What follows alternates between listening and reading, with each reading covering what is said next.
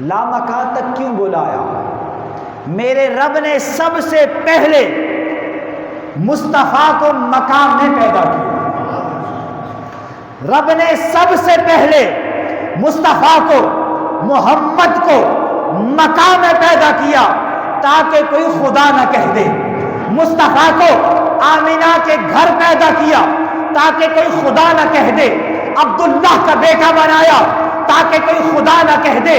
عبد المطلب کا پوتا بنایا تاکہ کوئی خدا نہ کہہ دے۔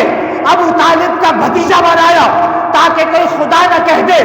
ختیجہ کا شوہر بنایا تاکہ کوئی خدا نہ کہہ دے۔ مکی بنایا تاکہ کوئی خدا نہ کہہ دے۔ مدنی بنایا تاکہ کوئی خدا نہ کہہ دے۔ عائشہ کا شوہر بنایا تاکہ کوئی خدا نہ کہہ دے۔ حسنین کا نانا بنایا تاکہ کوئی خدا نہ کہہ دے۔ علی کا سسر بنایا تاکہ کوئی خدا نہ کہہ دے۔ مقام میں بھیجا تاکہ کوئی خدا نہ کہہ دے۔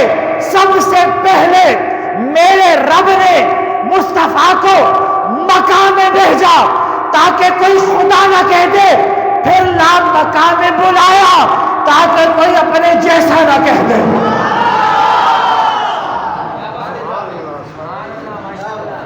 مقام میں بھیجا تاکہ کوئی خدا نہ کہہ دے، اور لا مقام میں اس لیے بلایا تاکہ کوئی اپنے جیسا نہ کہہ دے۔ بھئی لا مقام میں تو ایک مصطفیٰ ہے، دوسرا خدا ہے، ایک حبیب ہے، ایک حبیب خدا ہے۔ اب بات سمجھے ہے نا؟ حضور لا مقام میں ہیں تو کیا ہے؟ حضور لا مقام میں ہیں تو کیا بشر ہیں؟ کیا نور ہیں؟ بشر تو تھا، آسمان سے نیچے رہ گیا۔ نور تھا، سدرۃ المنتہا سے پیچھے رہ گیا۔ آگے کون گیا؟ آگے کون گیا؟ یا خدا جانے یا مصطفیٰ جانے۔ حضور کا مقام نہ بشریت میں قید ہے نہ نورانیت میں قید ہے۔ میرا محبوب تو اس سے بھی آگے جا رہا ہے۔